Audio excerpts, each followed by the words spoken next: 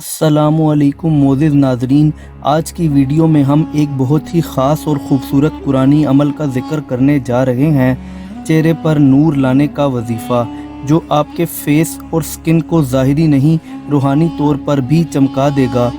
اگر آپ اپنے چہرے کو نیچرلی گلوئنگ، نورانی اور خوبصورت بنانا چاہتے ہیں تو یہ ویڈیو آپ کے لیے ہے۔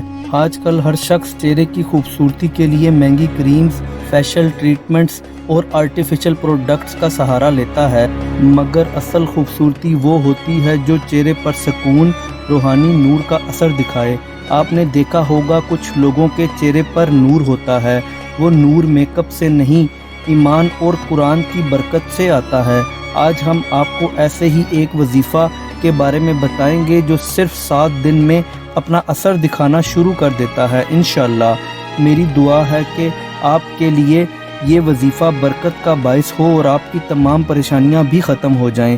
آمین۔ آپ بھی کمنٹس میں آمین لکھ کر دعا میں شامل ہو جائیں۔ وظیفہ کا طریقہ یہ ہے، ہر روز فجر کے بعد یا سونے سے پہلے وضو کر لیں، پاک دل اور یقین کے ساتھ سب سے پہلے 3 مرتبہ درود شریف پڑھیں، پھر سورہ یوسف کی آیت نمبر 4 کو پڑھیں۔ سورہ یوسف کی اس آیت کو 21 مرتبہ پڑھیں، اس کے بعد پھر سے 3 مرتبہ درود شریف پڑھیں۔ اپنے چہرے پر ہاتھ پھیر کر اللہ سے دعا کریں، یا اللہ میرے چہرے کو نورانی بنا دے، مجھے فطری خوبصورتی اور سکون عطا فرما۔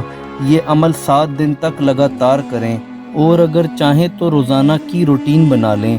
یہ عمل صرف لفظوں کا نہیں، دل سے کی گئی دعا کا اثر ہے۔ جب آپ اللہ کے کلام کے ذریعے اس سے خوبصورتی مانگتے ہیں تو وہ آپ کے چہرے کے ساتھ آپ کے دل کو بھی چمکا دیتا ہے۔